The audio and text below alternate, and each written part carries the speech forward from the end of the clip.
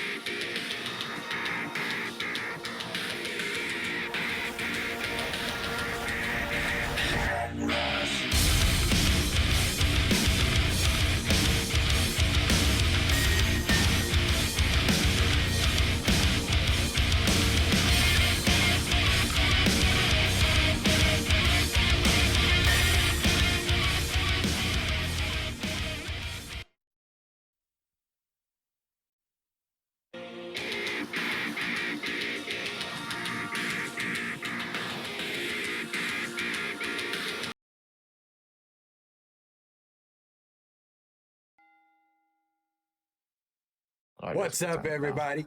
It's your boy Guapo live in the compound for this Easter Sunday edition of Not Your Average Mark Wrestling Podcast. I want to welcome everybody here tonight.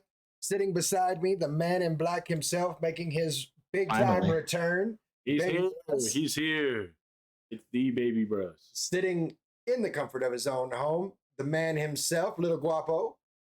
What's up? What's up? What's up? Sitting all the way over to the other side of us, behind the screen, making everything look good. We have the one, the only, the guy. The guy. Couldn't do it without him.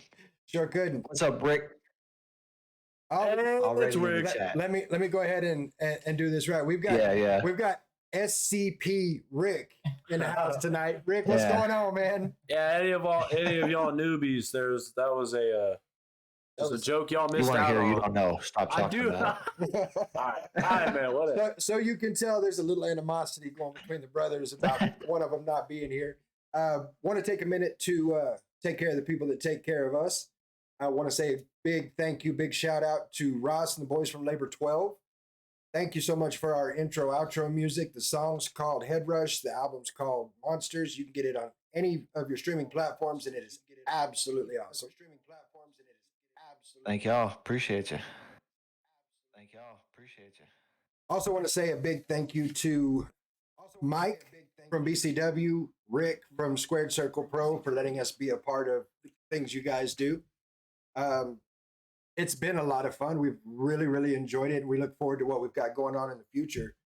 Speaking of the future, it's a big night tonight. It's kind of a new thing for us. Coming up here just a little bit later, we've got our very first live guest star on our podcast. So the man you mentioned in the first place, Mike. That's right. B.C.W. Mike from B.C.W. going to join us here just a little bit later, but here we are. It's time to do our thing. It's time to get the recap for the week that was in wrestling. We started off, as always, with the Raw. So, for those of y'all average marks out there listening on or watching, the Raw after WrestleMania is by far, at least by the community standards, by far the most important Raw on the schedule.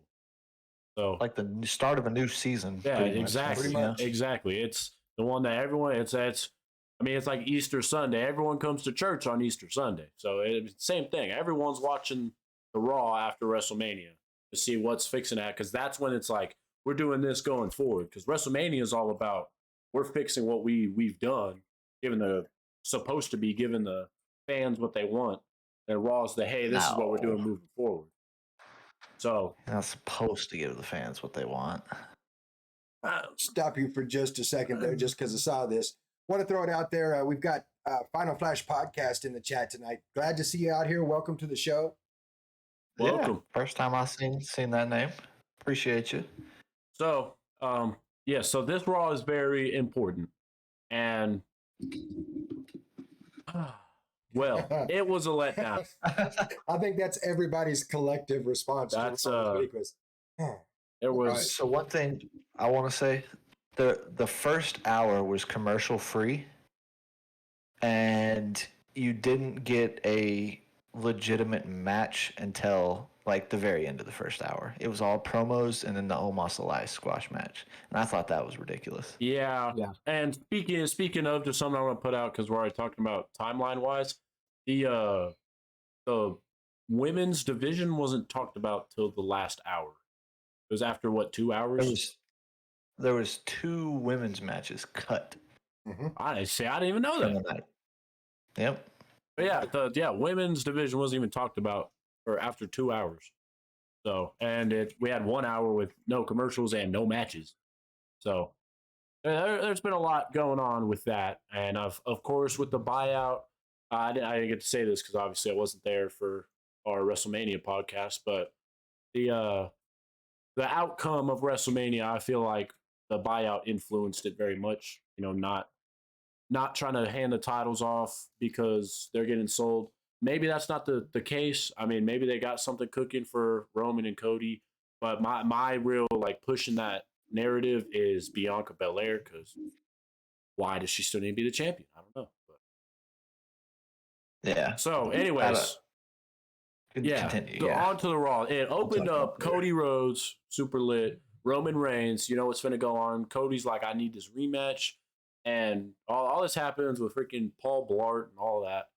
Yeah, not really. It's Paul Heyman.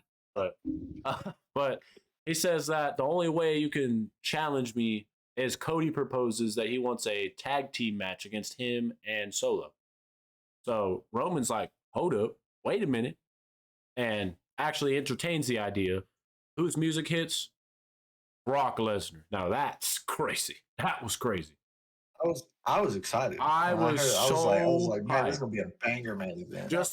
For those that haven't followed in a while, Brock already, one of the stipulations was they had to have wrestled at WrestleMania, and the other one was if they lose, that person is not allowed to challenge for the belts as long as Roman has them.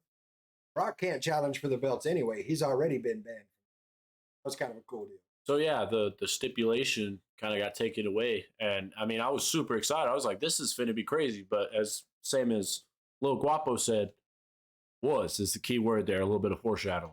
So afterwards, there was the I don't have the order written down. I'm sorry, but I know there's a Seth Rollins promo. Well, scratch that. Yeah, a Seth Rollins period. Like just he came out. And then they cut out so that one of the little producers could come in and talk to him and said, "Hey, we cut what you're doing." The old Vince McMahon, and he walked off the stage. All it was crowd singing. It was his which music, is awesome, but it was a real time waster, is what it was. So I don't really know what the point was for that. Then there was the Triple H promo, which was Triple H talking about, hey, WWE isn't going anywhere. But all right, let me preface this also. With the Raw after WrestleMania, and we see the Triple H come out, everyone's expecting something crazy. Because usually what's been happening in the past is the Raw after WrestleMania's got a couple of returns. So people were excited, and there's been talks about changing up the belts, moving to a new belt getting announced. That was what was going around before Cody Rhodes lost. They were going to get a new belt for everyone. The biggest free agent at the time, Switchblade Jay White. Everyone, I mean, 70% of the things I saw was like Triple H is going to announce Jay White's debut because it was kind of what is his name, Braun Breaker. Both of them. That's what I was seeing. Yeah, but I mean, technically, the Switchblade did have a match. We'll get to that. Yeah. What up, Matt? Welcome to the chat, There he is. Money Big bag. Matt. So, anyways, the Triple H comes out, so everyone's expecting something big, right? And he comes out and just talk about, hey, we're still going to stay here. You know, obviously making reference to the buyout. I mean, the merge into Endeavor with UFC, which if y'all don't know about that, UFC and WWE are under a parent company now, so they were just letting them know, hey, UFC didn't buy WWE. No, yeah. If anyone freaking thinks about that, that's not what's going on. It's so annoying. Yes. Thank you for saying that. Yeah, I've been seeing that crap everywhere. We're going to talk a little bit about that later too. So yes, it's both of them together under Endeavor. So they're sitting there talking, and Triple H is like, hey, we're not going anywhere. Y'all aren't missing out on stuff. And then is saying, you know, we're ready to go for this next year, and just all the, hey, we just finished WrestleMania, we just like you said, we just finished the season kind of thing that walked out. Yeah, basically said WrestleMania made us a bunch of money and we're not changing anything. And I mean, he could have said that and it would have been the exact same we would have thing. felt the same way. Yeah, definitely had the whole Mr. Krabs thing. Money. Yeah, that's so. And then my man walked out. So I mean, it was a all right promo from the guy who runs the things, but does he? More foreshadowing. Gotta love it. But it was just really underwhelming. For one, it's the guy who owns things coming out to talk, and two, it's the freaking Raw before WrestleMania or after WrestleMania. So we're like, what's gonna go down? And nothing went. Our hopes and dreams. That's what went. Rather underwhelming. Very. That's a great way to. That's exactly what I have written down for this night. So then there was like you said, the squash match with Omos and Elias, which was I don't know. Me personally, I'm not going. I mean, I'm not like you two. I'm not like ascended to the level of markdom that no one's even attained before. You're getting there. But I'm not a fan of Omos. Omos. I don't know why he's getting pushed so hard. I mean, it's not entertaining to watch. So I hated this match because Elias is pretty cool. I mean, I like his gimmick, and he kind of does the Braun Strowman, like he does the big dude well, but he also does the entertaining character. So I'm a big fan of Elias. He's one of my favorite mid cards, and then he just gets squashed out by Omos, who's supposed to be this like destructive, immovable force, bro. Just bring the Fiend back. Don't be trying to make a new one with freaking. Easy. I don't know. I'm not a fan of him at all. I get it. I don't understand why he's getting push he's getting. But so there was that, and obviously, if y'all don't know what a squash match is, it made Omos look good and made Elias look bad, and Omos won. So 6 seconds, yeah. Yep. Yeah, Quick match. yeah, it was wild. So then there was Austin Theory coming in after Ray's talk because he got inducted in the Hall of Fame at WrestleMania. So he came and talked with the fans. I mean, he's one of the most fan favorite people right now. Like, just everyone loves him at this point. All time. But yeah, I've definitely. Never been a heel. No, yeah, Definitely, like, yeah. That's not what I just mean. Like right now, I think he's like the everybody loves this guy kind of thing. Like everyone's happy when they see him on. Anyways, Ray comes out talking about thank you guys. You know, I'm in the Hall of Fame now. And then Austin Theory comes out and he's like, I'm the now, you were the before, and they have a match. And I mean, I don't really know. It was a good I don't really know what to say. It was a decent match. It it was was a good match. nice I to think there watch Ray because honestly, me personally, I didn't think they were going to wrestle once I saw Theory come out. I thought it was just going to be him working on mic skills. It was nice to see Ray wrestle again because I freaking loved watching him at WrestleMania. Oh yeah, I loved it. So getting to see him wrestle again, especially with Theory, I liked, and I'm interested. Like I think that's my most interested thing from the night. And I mean, it was an all right match. Like there was nothing really bad about the match, and I'm excited to see where they take Theory.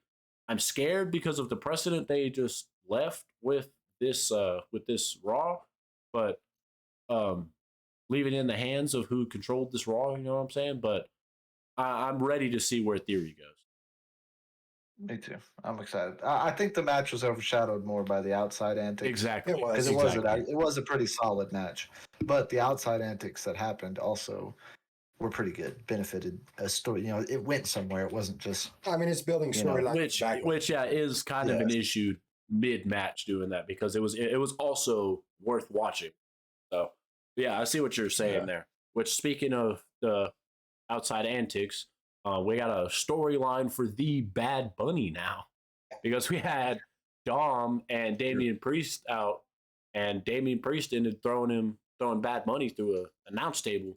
So that's something we're building for is Ray and Bad Bunny. Well, and you can't.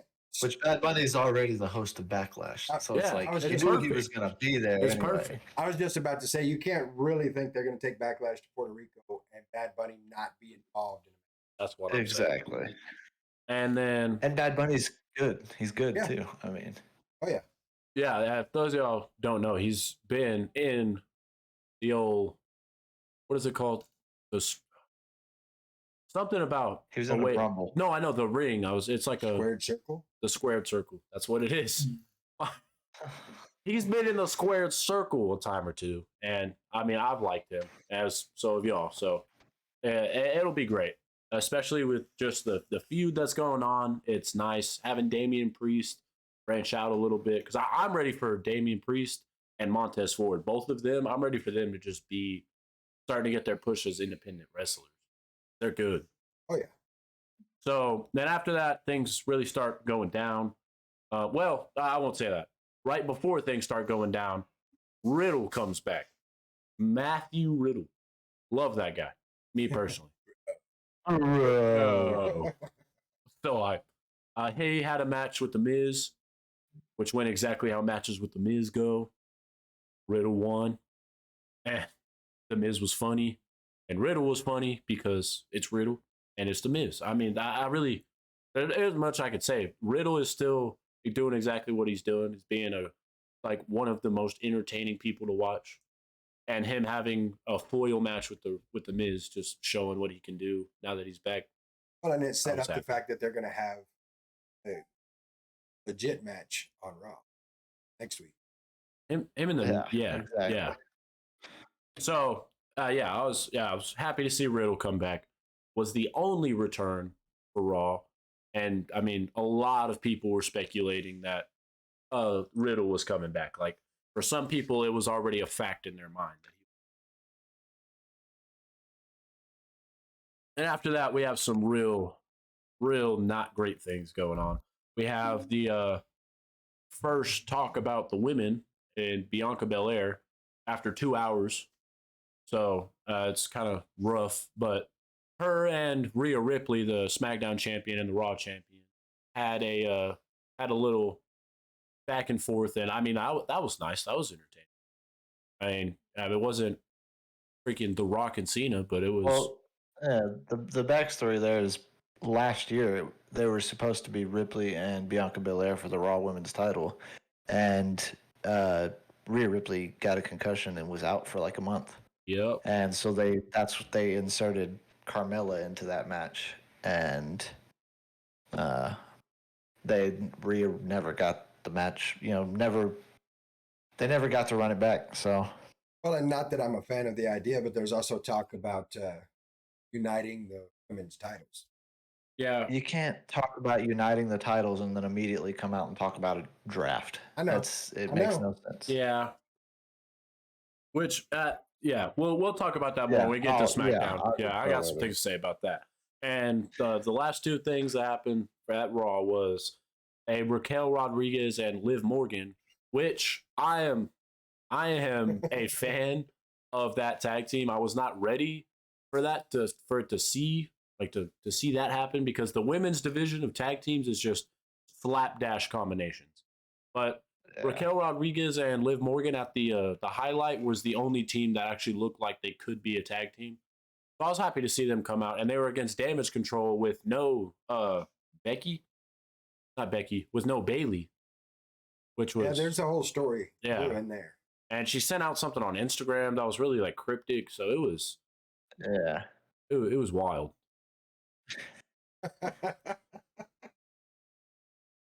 We're gonna get to that. We'll get to that. We'll get there. I was not ready for all that. We'll get there. Oh, okay. Well, we wrap up Raw. Brock Lesnar comes out. Cody Rhodes comes out. It is about that time because the opener was Cody Rhodes and. Well, hold on. You can't forget Roman's 10-minute entrance. Yeah, sorry. You can't leave that part out. My sincerest apologies.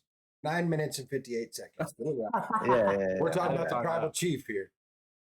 Yeah. That's wild. But yeah, so a lot of time-consuming things happened at Raw, and then Brock Lesnar comes out, and we're like, all right, let's get this going. I'm freaking excited. I was like, it was kind of like a sluggish night with just how the card was built, but I was ready for this. I was getting hyped hearing that freaking 10-minute entrance. I was like, all right, let's go. This is going to be dope. And then Brock Lesnar is like, all right, hits an F5 on Cody freaking Rhodes. And then proceeds to spend 10 minutes just absolutely demolishing him. Yeah. Just F5 through tables on freaking the steel steps, messing, destroying him. I'm like, what was the point? That was the whole like, oh man, this Raw is going to be dope. I'm happy y'all came to watch this Raw after WrestleMania. And then just completely was like, never mind, just kidding. Well, so I was upset about it at first, but I get it now. I'm somewhat like starting to hop on board with the whole Brock and Cody thing, as long as Cody goes over Brock. If Brock goes over Cody, then this is a terrible idea. Yes, I'm fighting someone if Brock goes over Cody. Yes, I'm not hopping on the idea like you're saying, but I do understand it. Because if y'all that don't know, Roman's going to be gone till SummerSlam. And there was talks of him not even coming back for SummerSlam. But my thing is before WrestleMania, the worry was, is Cody capable? Like, yeah, if he beats Roman, is he capable of carrying the company? If this leads to a match at SummerSlam with Cody and Roman, like I've seen a lot of things saying it's going to. Yeah. Um, if he goes over on Brock, whatever he does between now and SummerSlam, we're gonna have His it's gonna character be development. undeniable. Yeah. Yeah, he's gonna So be undeniable that he can carry again, the I'm company. just not a fan of how they handled making that feud. But at the same time, I'm no creative writer. I don't know how else they could have handled that. But I do agree that the delayed gratification with SummerSlam being where Cody takes the titles is definitely going to feel a lot better, because that wasn't my worry. That was just my issue with Cody Rhodes from the rip, is that he came back and was just kind of won the Royal Rumble and then was going, and it's like boom, match with Roman Reigns, like it was in the Bloodline feud. I'm like, I mean, he had a couple of matches with like Solo and all that where he like did a couple of cool things that, I mean, he's obviously a crowd favorite from last year and earlier this year before his injury, but I just wasn't like, oh man, he's definitely the guy that will take down Roman Reigns. He's just kind of like, he's the underdog, so everyone's cheering for him. That's how I felt about it. I'm going to interrupt you for just a second. What's up to that dirt, though? Throwing out That bro. dirt dough. The boy Loon. Welcome to the stream. Happy to have you on here, man. What's up, big dog? Before we get into Dynamite, do believe, if the guy will give me some names, we have a couple new followers rocking along with us. I know we've got Kinsey Cohen following. Thank you so much, Kinsey, for the follow. Metal Chick 80. Metal Chick 80. Thank you for the follow. Happy to have you here. So appreciate you guys. Yeah, we're barely getting into the stream. Before we jump into Dynamite, what's your final grade for Raw? Gotta give that a C+. I mean, it's just barely passing. I mean, it's got a little bit because Theory got me excited, and then Riddle coming back, but that's about it. I can agree with that. I call it like Baby Bruss and Algebra, C- at the best. I love Riddle. I'm glad he came back. You said you don't like how they handled the Brock situation, but it did its job. It pissed you off, didn't it? It pissed me off, didn't it? They did what it's supposed to do. But all in all, the Raw in total, it's a D for me. Fair. It's not passing. That takes us into Wednesday night and Dynamite, where they took full advantage of a bad Raw. Bingo. They capitalized. This was a very, very good show this week. Started off with Ricky Starks and Juice Robinson in the ring, getting ready to have a fight. The music hits and the Switchblade himself comes to the ring. Jay White comes in and just multi-year deal. Yep, he is all elite. He signed a multi-year deal. Him and Juice Robinson left Ricky Starks looking a mess in the middle of the ring. They worked him over good. We went from that to Jericho having a little talk with Tony Schiavone, and who shows up? Keith Lee shows up, says, I don't like the way you're talking. I think we're going to have a match next week. So already looking forward to that. Anytime you can get Jericho and Keith Lee in the same ring, this is going to be a good match. That's what AEW's for, baby. Back to Jay White real quick. Apparently, WWE had months of creative plans ready for Jay White because they were convinced they were signing him. And then he showed up on Dynamite. Like, after Mania, he informed them Mania weekend that he was signing with Dynamite. And it's like, well, there goes those. Would it be a Vince thing? Uh-oh. After the Jericho Keith Lee thing, we went into the Trio Champions match. House of Black, of course, the Trios champions, went against Orange Cassidy and his BFFs. Had Chuck Taylor and Trent Beretta in there. It was a really good match. Back and forth, a lot of close calls. In the end, Buddy Matthews hits a curb stomp. House of Black retains. I see a long title run in there. They're just so good. That's Poppy. Buddy Matthews. Yep. That's Rhea Ripley's real life, man. Literally. I'd like to see Dom say something to him. For real. Yeah, Dom would get Dom start calling him Poppy. Yeah. We had a women's champ match. Jamie Hayter had Britt Baker with her against Rio. And it's what you expect out of this match. It was a good match. There was a lot of back and forth, a lot of high flying out of Rio. That girl and her crazy dives off the rope, In the end, Hater hits the Haterade, gets the 1, 2, 3, remains champion. You had Semi. What a fantastic talent Jamie Hayter is, by She the is way. absolutely. She was gonna carry that women's division a long way if they let her. And Heck yeah. Bruce had mentioned that they didn't mention anything about the women in WWE until the second hour. Constant. Exactly. Every set Exactly. before the breaks had something to say about some of the female talent. And then yeah, the champ match. That's what my favorite part of wrestling right there. It's just seeing all the different moves come out, and like it was Real, like man. it was like a WrestleMania with the crazy kickouts happening. Like I was a fan. So so AEW finds itself in Long Island, which, as some of you may or may not know, is the home of MJF, the devil champ himself. himself. So he came out, did a little ditty, sang a little song, did a little dance, and then explained to everybody that when he was in school, he had ADD or ADHD, and his teachers would ask for an answer on the board, and he couldn't give it to them, and they'd laugh at him. Came time for graduation, his teacher asked him, "Well, where's your brain whenever you go to that? Like it's on professional wrestling." The teacher told him, you're never going to make it in that." Well, apparently that teacher didn't do addition and didn't add it up right, because not only is he the champion, he is the man in professional wrestling right now.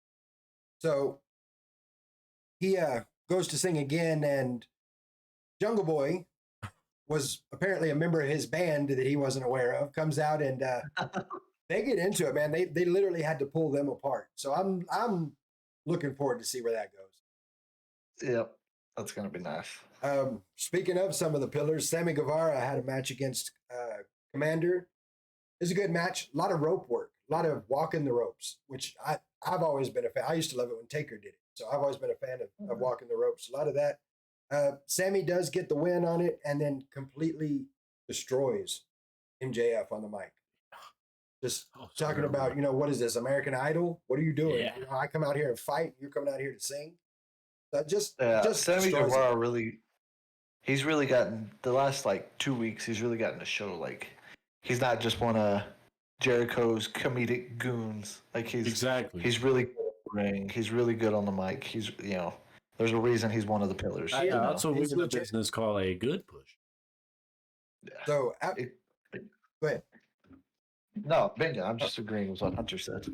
After that, we had the FTW championship match. It was Hook versus Ethan Page. And this one went a little crazy because, there's a little interference, get the ref out of the way. And delete. There was a double cross on Ethan Page by Matt Hardy. Page went for the belt. Matt Hardy grabs the belt, doesn't let him have it. So Hook gets the win. And while everybody's sitting there going, what the hell just happened? There's a little bit of a, fist bump between Matt Hardy and Hook. So what do we got going on there? I can't wait to see how they build that out.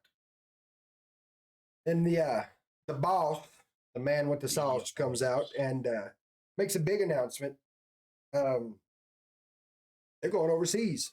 All In is going to be August 27th in London, Wembley Stadium. I was about to say, not just are they going overseas, their first show overseas, they're going to try and fill up Wembley. This could either be huge for AEW or it could be very, very bad. Yeah. For those that are not aware of Wembley Stadium, like when they did Live Aid, this is showing my age a little bit, but when they did Live Aid with Queen and all the other bands, that was Wembley Stadium. Like that's what they're trying to fill up, and I wish them the very best, but I don't know if they're at that point. I want to say I heard 75,000 is what they're trying to seat there, and that's a lot. But I mean, granted, there's a lot of people overseas who are not who you have all these overseas independents that make their they can't get to WWE, they go to AEW. So maybe AEW is heavily supported. It may work out. I think that most overseas shows get just those brownie points because there's not a lot of the big wrestling names aren't overseas. There's the big ones like AEW, WWE, they're just not there. So when they come, they already have that, hey, I'm gonna go watch this because they're not usually around here. But with Yeah. the what made me happy when I heard that announcement was they really handled this week very well. So I mean, as opposed to me usually just thinking, no, it's not going to happen. Like I think there's hope for Yeah, I mean, it's very possible. We could see a full Wembley Stadium for 8. I mean, it could happen. I'm a Yeah. little leery of it, but it could very well. Yep. Surprise me, Tony Khan. Do it. surprise. Exactly. After we get our announcement, we go into the best I can call this is the BCC versus some jobbers because the match didn't last long enough to get their names. I mean, it was they got in the ring. There was a Yuta tapped one of them out. It was over, done, finished. Thank you for playing.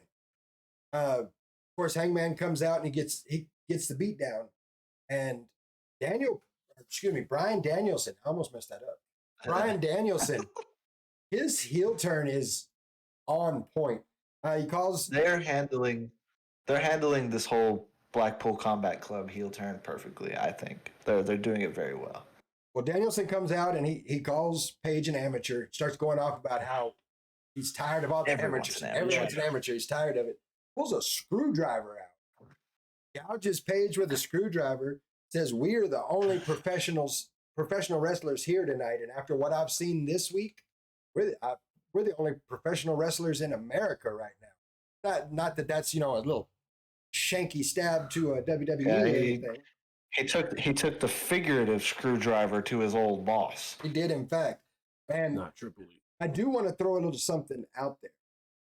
When Page was getting beat down in that, notice who wasn't. Where's the Dark Order? Nobody came out to help Page on that. And my personal belief in that, what I think is happening, they're going to start separating Page and the Dark Order. And we're going to see a Hangman Adam Page elite reunion against the BCC. I think that's what happens here. That's one thing you need to culminate at All In Wembley Stadium. Absolutely. I mean, if you build that and tell it like that's going to be big. It'll be big. If you handle that perfectly, oh man, you know how many people will pay to go watch that match? Oh, That For is- real, bro. Oh, yeah. That is that is 8 of the best talents in the world in a single match. I mean, So we come out of that and go straight into the biggest match of the night. You got your tag titles on the line with the Guns versus FTR's career. Now, going into this match, there were 2 lines of belief. One is that the Guns are just holding on to the belts until FTR gets there to take it off of them. And the other is that the Guns are going to win this one because FTR is going to WWE. Those are the 2 thought processes going into this match. What was a really great match, back and forth, lots of good work in this, a lot of good spots in this. Ended in a double pin, and your new tag team champion, FTR.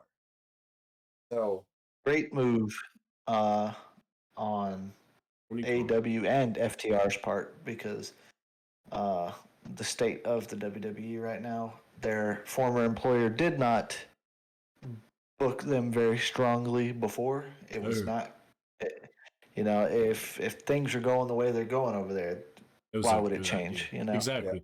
Yeah. And I just want to call back to what you said when we started AEW, that this was a capitalization of the century on a bad Raw. It was from the beginning of the show to the end of the show to the proverbial screwdriver.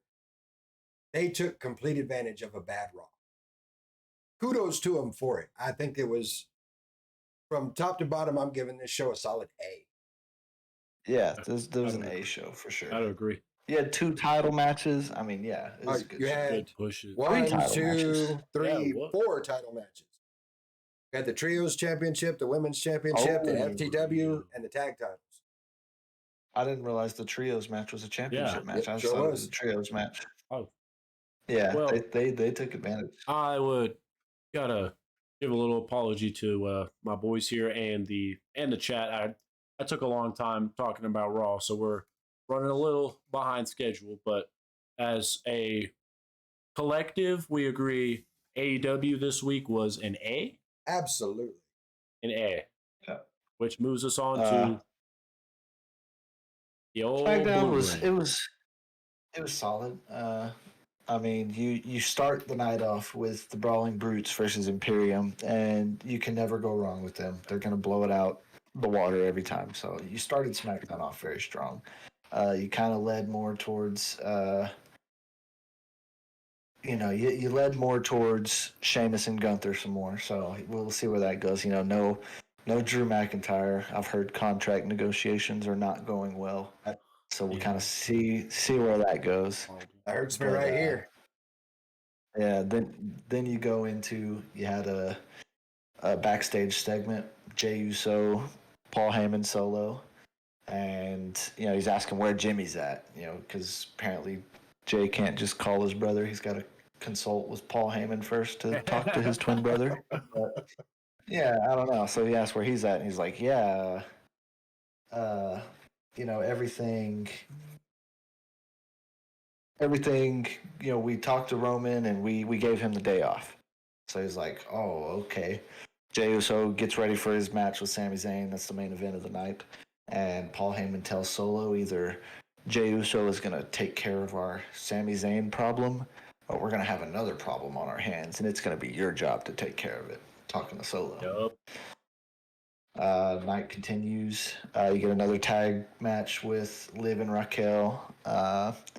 Against Shotzi and Natalia. This is a good match.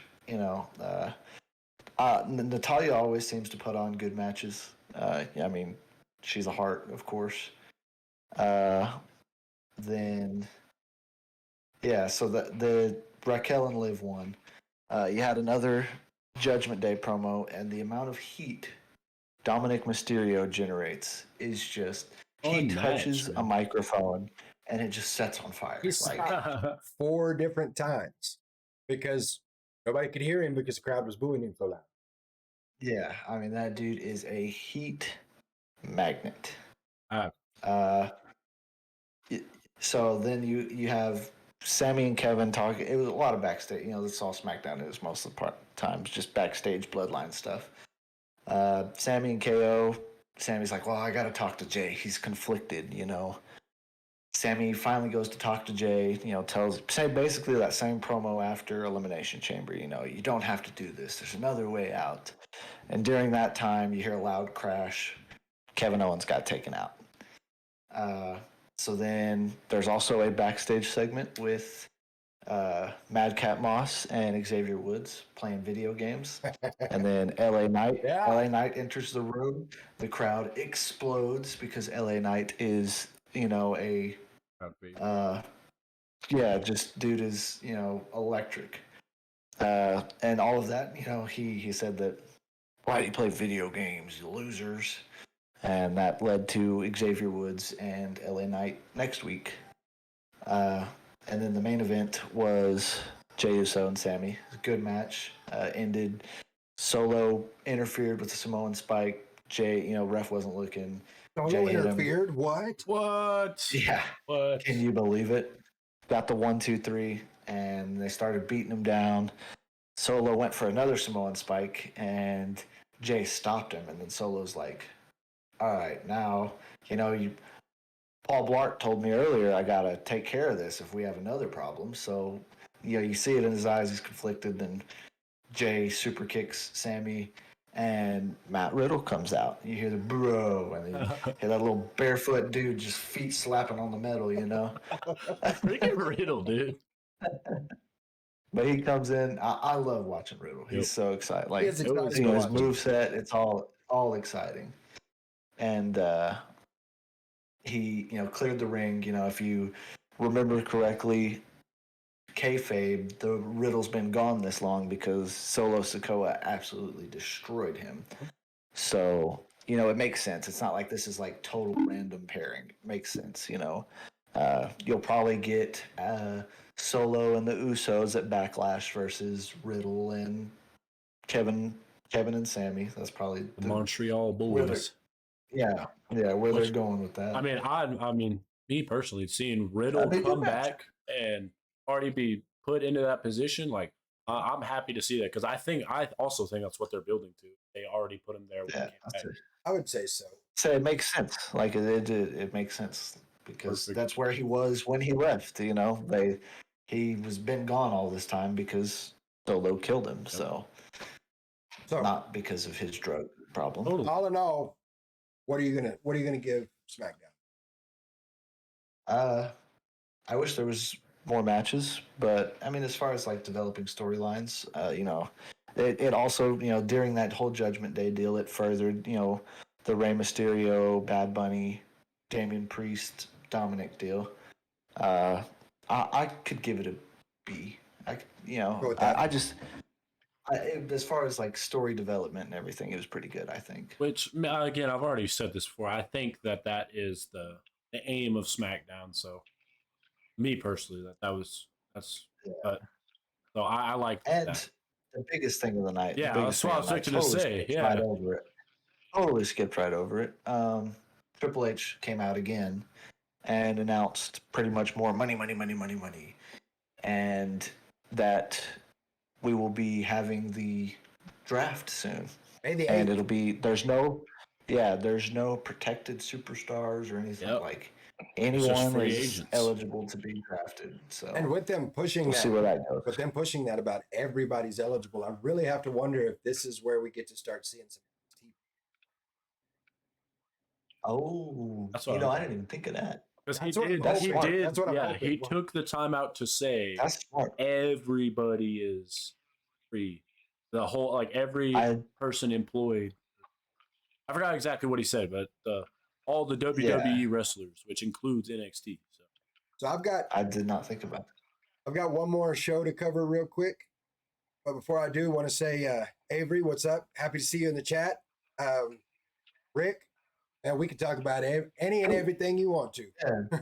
Shoot. Well, you got some thoughts? We want to hear them, But I'm going to cover our boys in B.C.W. had a set of matches yesterday, I believe it was, over in Oklahoma. A couple of your favorites, so Guapo. The Latin lover himself, Tino Valentino, defeating Logan Knight, Drake Gallows, and Tego in a fatal four-way match. We had Nova Phoenix defeating Skylar Slice. We had a four corners elimination match, which was Malik Mayfield, Devian Black, Nathan Estrada, and Mr. Nasty. And the first pin out of that match, all three of them, Malik Mayfield, Devian Black, and Nathan Estrada pinned Mr. Nasty. They all got it. Estrada turns around and pins Malik Mayfield, and then also gets Devian Black by DQ. So Nathan Estrada coming out on top in that one. The BCW Tag Team Champions, the Sons of Baskin, which are Miles Plunk and Flex Zebra, had Nigel Rabbit with them, defeated the Wrestlers of Mass Destruction, Leo Fox and Kurt Gannon. I haven't had a chance to see them in person. I've been able to watch a few of their matches, and I look forward to getting to see them in person at some point. Team Holy Hell, which is Terry Pantera and Father Padge, defeat Devion Black and Malik Mayfield. Santana Jackson defeated Rook Tyler. Gideon Vane defeated Funny Bone. And BCW champion Sam Stackhouse defeated Edge Stone. Main event of that one. So Edge Stone. Stacked hard for the whole thing. And you want to talk about good matches. I have come more and more and more to understand that our independent circuit, the matches, the storylines, the relevancy to us, the relatability to us as fans, this is where it's at. And we're going to talk a little more about that now, because this is a monumental moment for us here at Not Your Average Mark Wrestling Podcast, because we're going to have our very first live guest. You may know him as Mikey. He was the BCW heavyweight champion. He is now the current director of operations. He said once upon a time.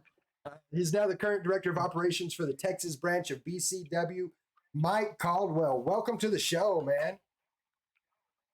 Hey, good to hear you. Oh, there he is. There he is. There he is. Yeah. Mike, can we hear him?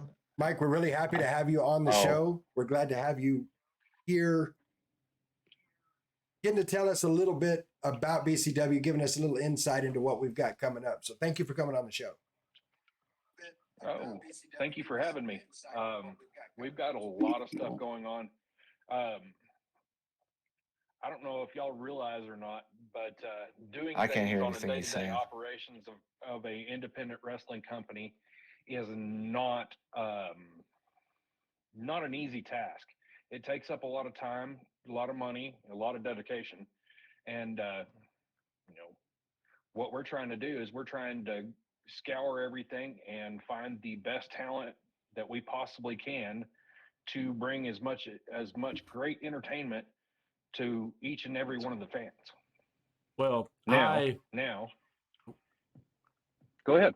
I believe personally they are doing a great job as that being your business idea, your motivation right there you're doing a great job for us, for at least for us as fans, us as marks, as wrestling enjoyers, that you're doing a great job with how y'all have things running over there at BCW. I appreciate that. Yeah, honestly, I had no idea the independent scene was so big We in have the area. head I know I've games said this coming up before, but May 6th just to see, in Levelland, Texas. one thing, At the TMW there's Event Center, 202 Avenue H. I can't hear. Okay. Tickets are on sale now. Please get your VIPs quickly because they will sell out. You can get them at the Tobacco Express liquor store, or there is, if you see any of the flyers around town, any of the posters around town, there's a QR code. You can go in there and go to the Square site and purchase your tickets there. And you'll want to hurry up, like he said, and get those because these tickets are selling out quick.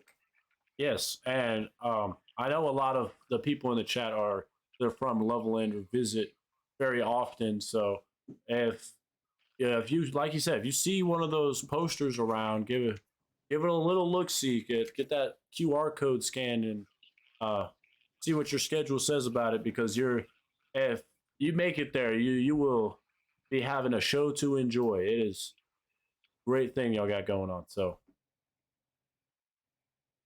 Absolutely. Now, talking about head games, we've announced a few of the matches here on the Not Your Average Mark Wrestling Podcast. We've of course got Scar versus a mystery opponent in a bear hug challenge. Got Alton Black and Damian Blood in a grudge match. I can't wait for that one. The Resistance and Three Ring Circus finishing out the old school tag team tournament. We'll find out who gets those belts. I've got the War Chief and Emilio Guzman, Justin Taylor and the Texas Terror Damo McCullough, the B.C.W. Texas Championship match with wild card Ryan Justice and Logan Knight. Oh man, this whole card just screams good. And believe me, y'all in the chat, believe me, that title match is one to enjoy. That's good. That is some good freaking in-ring talent right there. All right, so Logan Knight has. Since you brought that up, he is so good. We're going to assure everybody that there will be a winner this time. This is going to be to a finish. There is not going to be a disqualification. There is not going to be a time limit draw. It is going to be a winner. Awesome. And now, drum roll, please, if you will. Here is my main reason that I was brought onto the show. July 1st, at the TMW Event Center in Levelland, Texas, BCW will be bringing you Hot Blooded.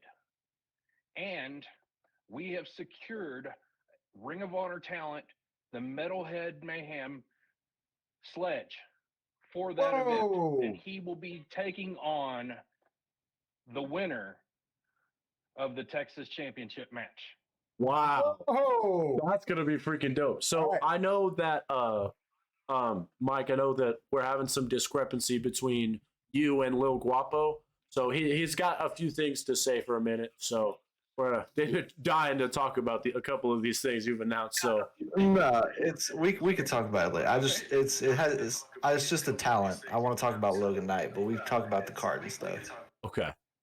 Well, wow, that is deserving of a drum roll. That's going to be freaking dope. Guys, you heard it here first. Ring of Honor talent Sledge going to be here taking on one of the three in this match. It's either going to be wild card Ryan Justice, Logan Knight. This match does not end in a time draw. This match does not end in a draw. This match ends with a champion taking on Sledge July 1st. Wow. Crazy. That's going to be awesome. Exactly. Cool. Now, I want to go ahead and announce one more match that's going to be at Head Games. All right. We will be having an intergender match. It will be Princess Deathwish versus Lilith Blood. Oh, wow. All right, so I'm just going to throw it out there. If you haven't seen Lilith Blood do her thing, I would not get in a ring with her because she would tear me to Hey, pieces. that's the truth. Like, she does well. So Princess Deathwish has got her work cut out.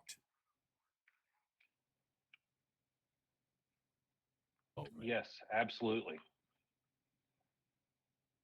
Well, Abso-freaking-lutely. as Guapo said earlier, y'all heard it here first, folks. We have a stacked card for Head Games, a great show to be had, and an amazing thing to look forward to July 1st.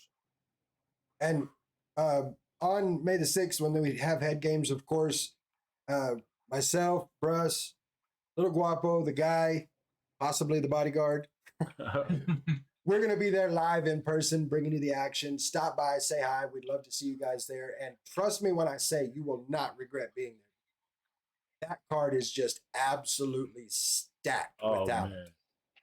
I'm freaking excited. You already Mike, you already got me excited for that Texas champ match. I was not ready for that. That Ring of Honor Sledge coming. Oh, and with the winners of the man.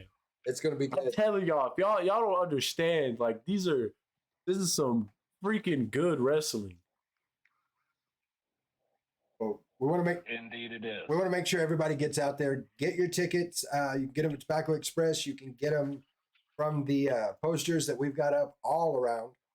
But get your tickets for this because they're gonna sell out quick, and you don't want to miss any of these matches. You freaking don't.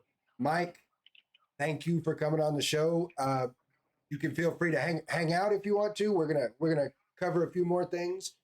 Feel free to hang out, comment on whatever you want to. That'll work. I can do that. All right. Well, I mean, again, guys, we'll talk with the guy and get it figured out. See if we can post this card out on our socials as well. So let's see what Little Guapo's got to say about. Now that we're so Logan Knight is so good at what he does because every time he comes out, I'm like, damn, this dude's an asshole. I hate him. But then, like on social media, I can't help but like the dude is an awesome human being. But it's like as soon as he comes out of that curtain, it's like he incites that emotion out of you. I remember at the first B.C.W. show, we were doing some interviews after the show, and I was like, as soon as he comes up here, I'm calling him an asshole because I've been waiting all night to watch Wild Card and Ryan Justice, and he ruined it. And he comes up there and just starts talking all like, I was like, this dude's nice as can be. I can't call him an asshole. He was the nicest, most humble dude, and we enjoyed talking with him. And then your thoughts on Sledge coming out for Hot Blooded? I'm excited. That's gonna be awesome. It's gonna be so. And the thing that's so like impressive for me is one, the obviously scoring that talent. Wow, but the Texas champ winner is gonna be the one taking that on. Like that's guaranteed. Whoever wins, that's guaranteed to be a great freaking match. I don't have it on, but I got my Ryan Justice shirt. That's who I'm going for. So going for Ryan Justice. Let's go. Let's go. Can't agree. I'm sorry for Mr. Champ. I gotta go for Wild Card, man. I guess that leaves me pulling for Logan Knight. Let's go, Logan. Somebody needs to pull for you. Right. Yeah. So, Mike, let me ask you a question. For those of us that are on the chat and listening and watching that haven't had the opportunity, what goes into a show like this as far as your side of it? You know, having been a wrestler yourself and watching all this talent get out there, like where are you in all of Well, right now, doing the day-to-day operations of it, it basically falls all on my shoulders. I've got to go and I've got to make sure that we have sponsors. And I got to deal with them, make sure that they're happy and their needs are being met for what we're doing. Secondly, I've got to make sure that all the talent is taken care of. You know, some of these guys, you know, need a little bit more than the others, and basically, you know, I got to be there from the time we turn the key to unlock the place to the time we turn the key to lock the place. So whenever day of show, it's really a hit and miss if you're trying to get a hold of me. So that's kind of one of the things I'm dealing with right now. And when it comes to showtime, I've got to make sure that all our patrons are happy and getting what they need out of the show as well. Well, and I think Rick put it best in the chat. He says BCW is great family entertainment, and it is. Part of my favorite, I guess, my favorite part of watching Separate Ways, and I'm sure it's going to be the same way for Head Games, was the interaction between the talent and the kids that are there. It's so much fun to watch. Oh yeah. So, again, those who are still kind of confused about what Mike's talking about, if again to clear up confusion, Mike is the head honcho Director for of operations. B.C.W. So he's got to do the on top of booking people like freaking Sledge from Ring of Honor.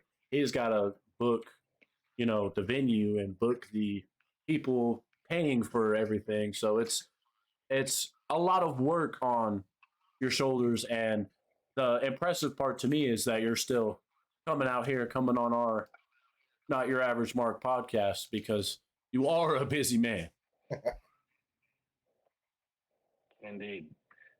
I really appreciate y'all having me on. I mean, any platform is a great platform, especially, okay, one of the things that Guapo and I have actually talked about was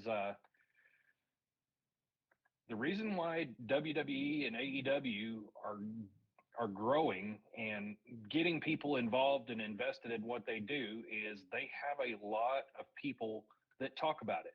Shows like this, you know, the more that the word gets out there about these shows, the better it is. So the guys on the independent level really don't have much of that opportunity to build themselves and help get their guys to that next level because of the fact that we don't have a lot of people. And that's where this podcast in particular is very special, because we are getting a platform to actually get these guys known and have our stories shared. Oh man, well I on behalf of all, we really appreciate that. Definitely. This is man, well, on behalf of all, we really appreciate that. Really enjoy doing this podcast. So being able to see someone like you who is officiating is like the man for an independent wrestling, which I mean is a lot bigger than I thought it was in this area. Saying that about us is great, and we are very happy to have you on the podcast to talk about people like freaking Logan Knight and Wild Card. And one thing about the independent scene, you know, like WWE, you're going to a website to buy merch. You know, you bought your wild card mask from Wild Card. Sure did. yeah, that was The so Ryan cool. Justice shirt. Ryan Justice handed me the T-shirt. You know, like that's awesome. You know, Emilio it's a lot of Guzman work sat there that and goes signed in. my bandana.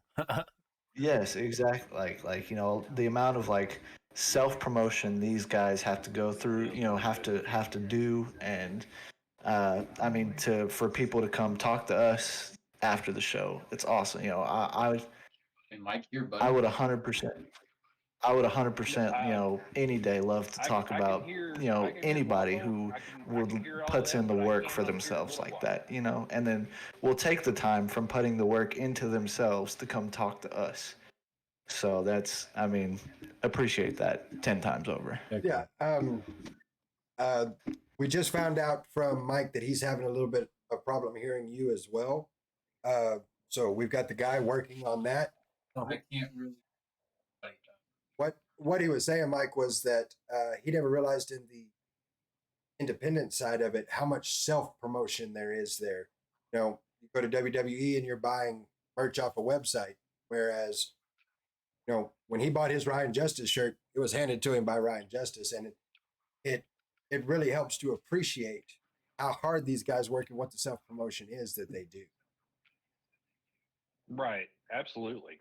And the thing that is so like the way I would encapsulate the at least the independent scene around here is just underrated. Like this talent, I'm telling you, you're not your average Mark fans out there. This talent is unmatched from anything I could have imagined an independent wrestling scene looking like. Like I had my own idea of what it would entail seeing local wrestling, and it was just completely blown out of proportion. So not only do we have people like Mike who's coming on to the podcast, like talking like we are, people like Ryan Justice giving out their own merch and still putting in the work of making the wrestling happen. It's so fantastic because you would think It, someone running their own business like the wrestlers are, like running their own, like trying to sell themselves, someone like Mike who's got to take on the mantle of running this independent wrestling and still being able to put out such great work. I mean, I still can't wrap my head around it. It's so impressive. yeah, I'll say anybody who thinks that, uh, thinks independent wrestling or local wrestling is not going to be very good, go watch one, Tino Valentino match. Go Oh, watch one absolutely. Phoenix match. I mean, Phoenix at the SCP show, Phoenix and Tino Valentino. What that match? Dang near stole the show for me. That was That was so fun such to a good watch, match. huh? It was so good. It I was. mean, And match quality is no different. we are happy that we get the opportunity to be here for like your BCW, your Squared Circle Pro, your Rampage Wrestling.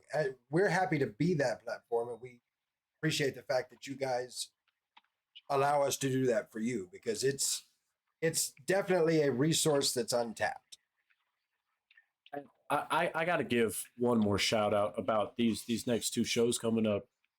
It is surreal sitting in the stands watching a Squared Circle Pro, watching a BCW show because I spent my life watching freaking WWE on a television screen. Just, I mean, the reason I'm in this podcast is because I'm out here studying the stuff that's going on, and I'm doing that, but I'm also there, and they're like interacting with what was going around. Like it's a surreal experience because you're thinking you're gonna come in and be like, oh, it's gonna be whatever. I mean, it's gonna be cool because they're local.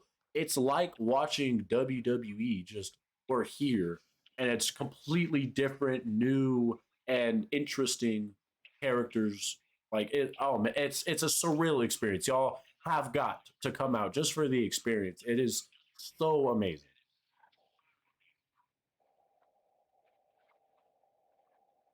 One of the things that we've been listening to all pretty much all week. It's changing subjects just a little bit, but I've all for the chat, all for you, Mike, chiming in. One of the things we've been listening to all week has been the merger between Endeavor and WWE. And it kind of brings to light a few things. Um, the things that are happening, and the reason that I think that we're not as taken with this week's Raw, this week's SmackDown, they're getting to a point where the storylines are no longer relatable. If that makes sense. It's getting where they're allowing things to get stale. They're making storylines that don't make any sense. They're putting tag teams together that just don't work. There's lessons that could be taken from the West Texas independent circuit, because one of the things that I know Rick prides himself on, and Mike too, is the fact that when you watch a Squared Circle show, when you watch a B.C.W. show, what's going on in that show, the storylines, they're relatable. They're, you said this about my dad, so now I'm gonna beat you up. It's things that the normal fan can sit back and go, I get why he's doing that. And I think there's a lesson to be learned there that is being So if forgotten. Russ says something about my dad will beat him up. Yes, he will. Yeah, and I mean that's exactly what this Raw was. Just didn't make any sense. Like I said, I understand that they have to push something for Cody, but the way, I mean, Brock coming out and just being like, "Yeah, I'm going to help you," then no, I'm not going to help you. Why? What was the point of that? It was a heel turn, but the On storyline, the way like that I don't story know. They went, talked about it. If you listened, Wade it Barrett felt kind like of mentioned somebody that pressed the fast forward button. Brock is To be mad completely because honest, he opened I Mania. realize that they're trying to get a main event for their backlash in Puerto Rico, but you started at the beginning of a show and you ended the story at that part of the show, and now, I mean, in the amount of time in 3 hours, you could have done 3-4 months worth of stuff, worth of build to that, and you would have gotten so much more money out of that little bit of it Exactly. to continue the story. Because fact is, Brock Lesnar already could not wrestle for the Universal title. Okay, let's put it this way. Brock Lesnar actually had motive for Cody Rhodes to win the Universal Championship because, hey, if Cody wins, I can get my shot. So let's protect this guy. Let's go out there and let's be his partner. Let's do this. Get Cody in the situation where he actually has some backup to where Solo can't do what he did. The Usos can't do what they did. And then now you've got Brock Lesnar as this enforcer, as this protector of Cody, to where whenever Cody does win this championship, then at that point, we could have had what we had at the end of Raw, and then we could have told that story on from there. Yes. I agree wholeheartedly. And Yes. I've got to agree with Rick in the chat also. I mean, Monday was basically about one match. That's all of Monday was about one match. And exactly. There's I'm trying. This is hard.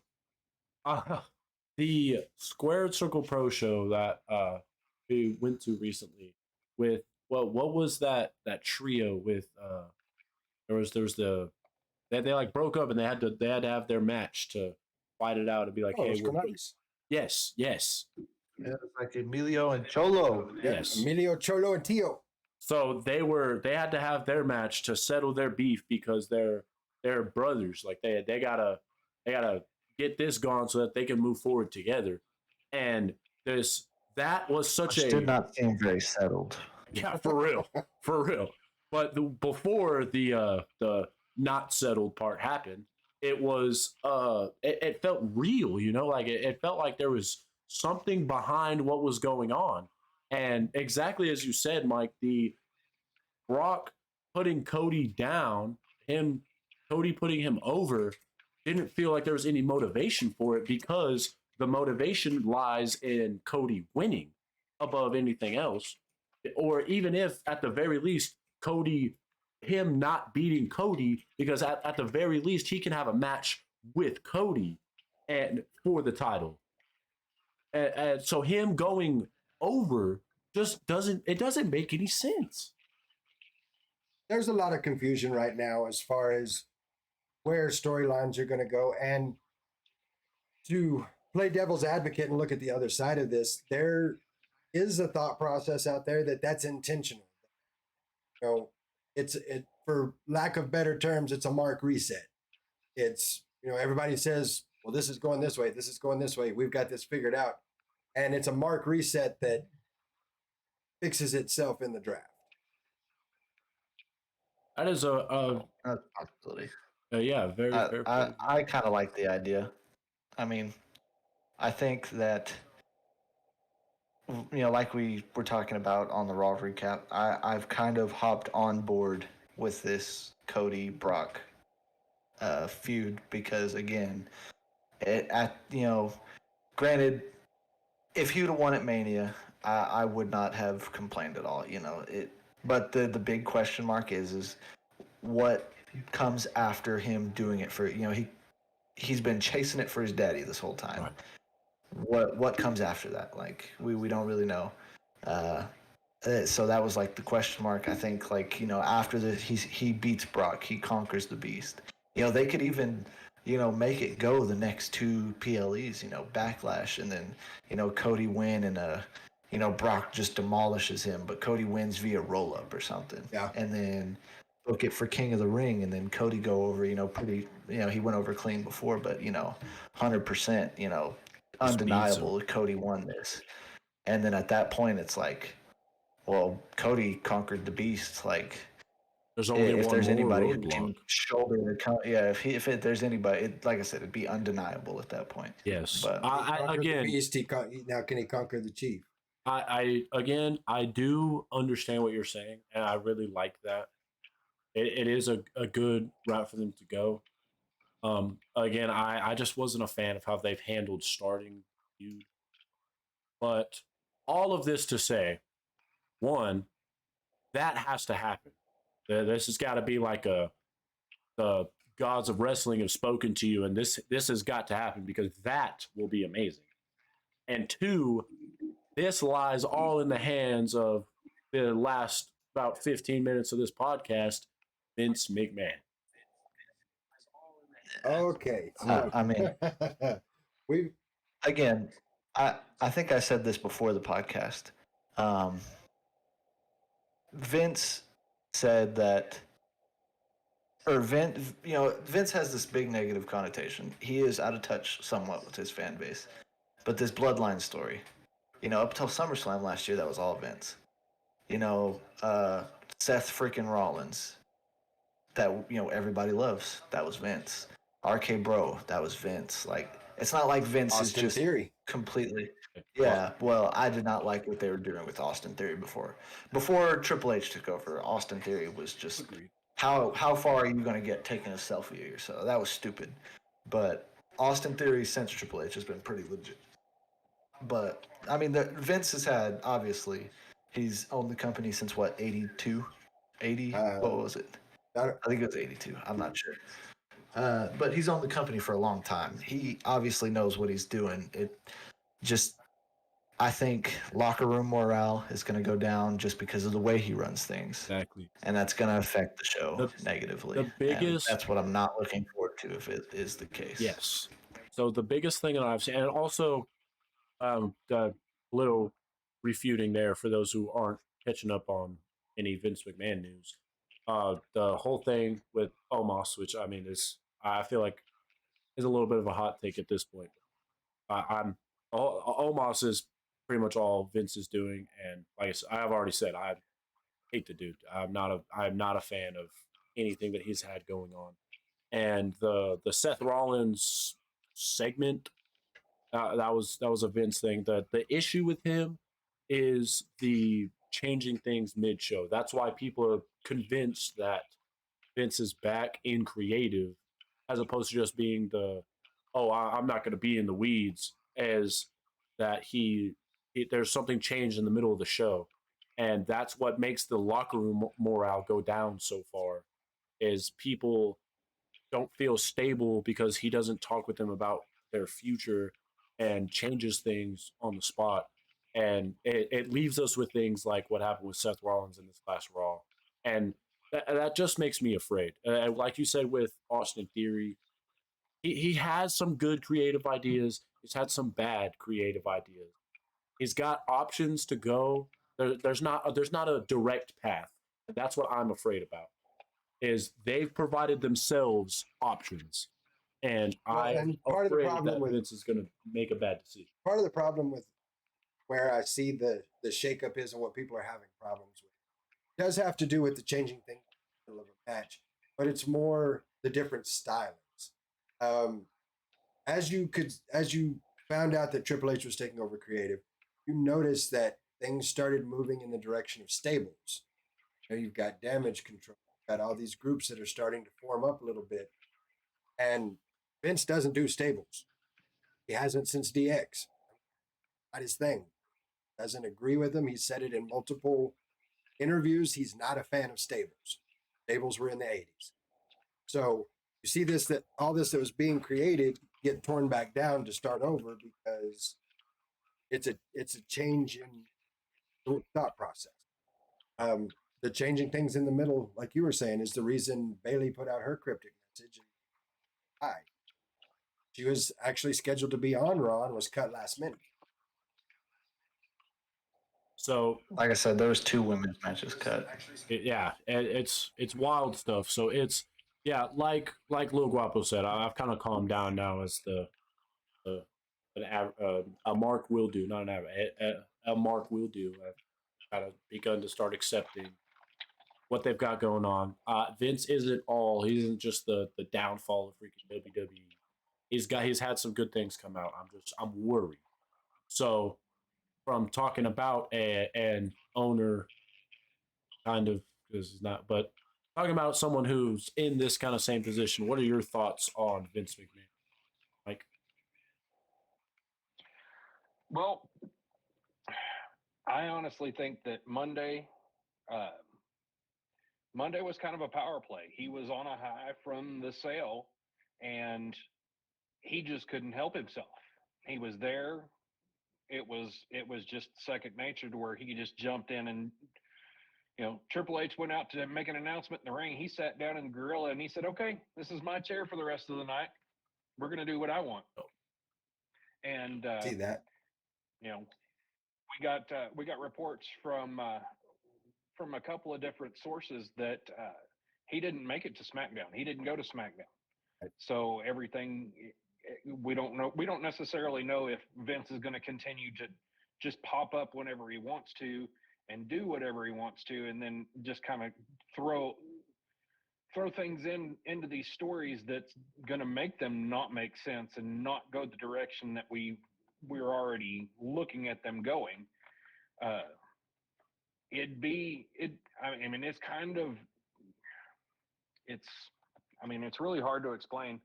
But Vince, they're 2 different people. They're polar opposites.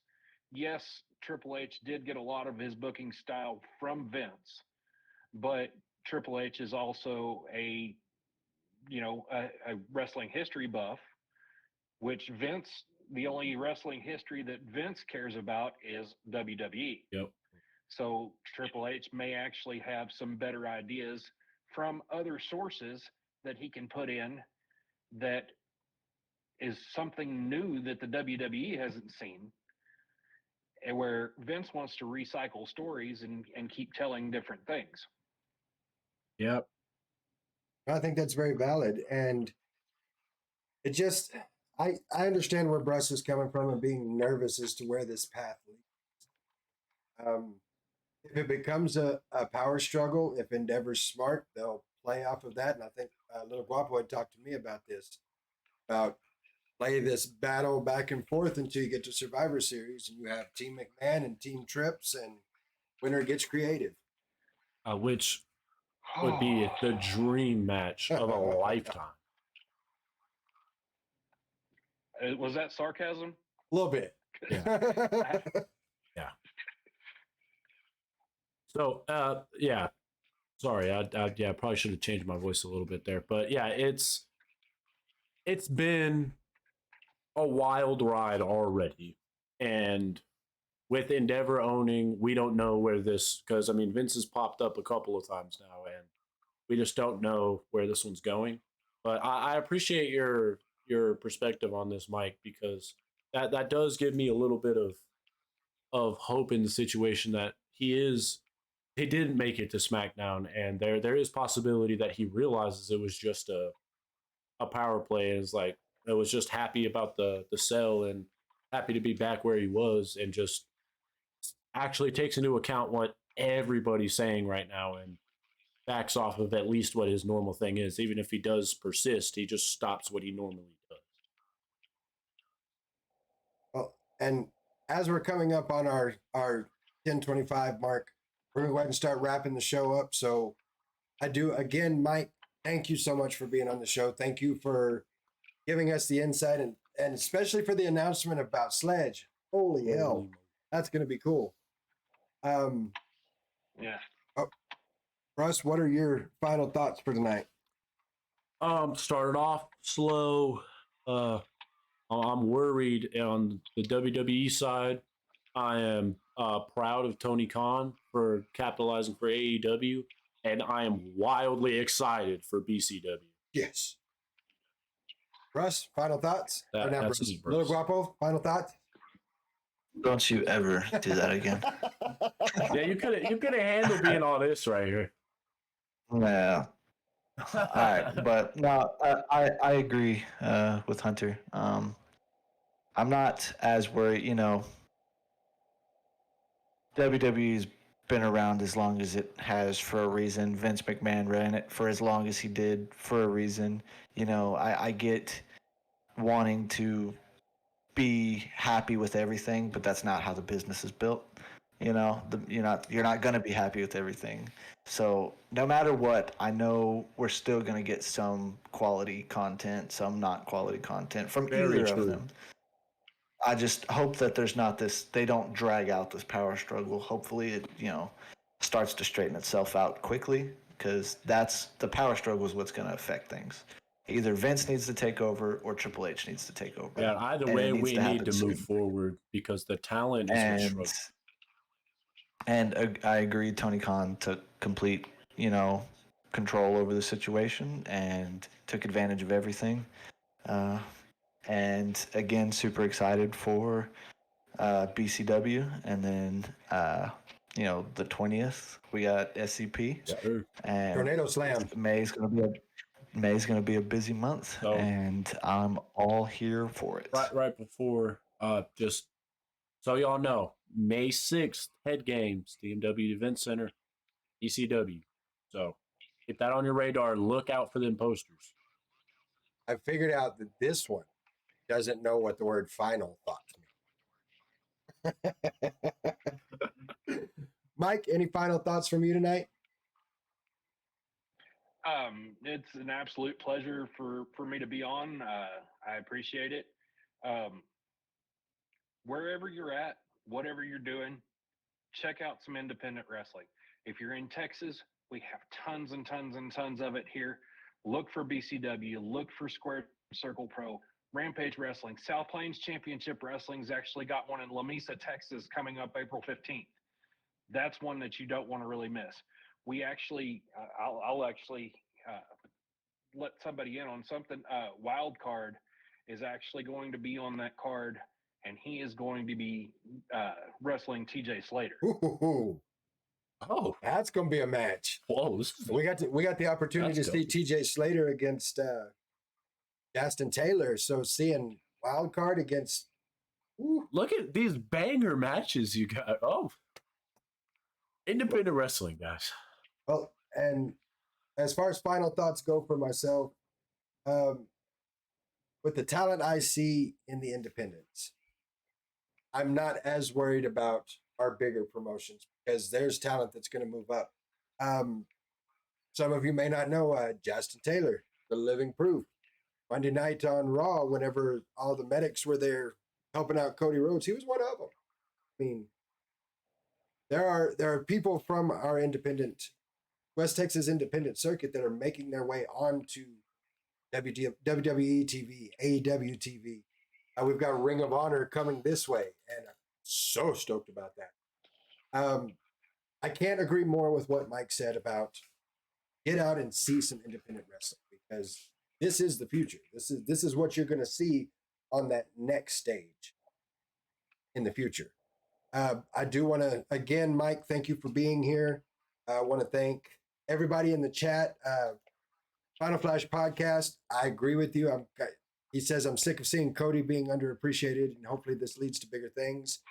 Got a shout out that Dirt Dough and Metal Chick for coming out Absolutely. first time chatters. It's like Avery said something to you too. Yeah, Avery was out there as well. Next week, big time. Once again, we're going to figure out some of these technical issues. I do apologize about those technical issues, Mike. This is kind of a first time thing for us, so we're figuring it all out. But I have no doubt in my mind the guy has got this because that's what the guy does. So, well, that's why he's the guy. That's right. That's why he's the guy. So next week, we've got Rick from Squared Circle Pro going to be on with us. Can't wait for that one. SC Rick or SC Prick. No, That's no, what you no, said. no, no. SCP Rick. Don't get me started on that. You're going to get me hurt. Yeah, you're gonna get you still got a receipt coming for that. I know one. I do. Believe it. I know I do. Just a reminder, let's see. We got South Plains Championship Wrestling on the 16th. We've got B.C.W. Head Games on May the 6th. We've got Squared Circle Pros Tornado Slam on the 20th. We've got announced today, July 1st. You say it was called Hot Blooded, Mike? That's right. Hot Blooded Ring of Honor talent Sledge coming down to take on whoever wins the wild card Ryan Justice Logan Knight match. It just doesn't get better than that. Get out and see this action. Ross, the boys from Labor 12, thank you for our music. We appreciate that so much. And until next time, we are not your average marks. We'll see you next week.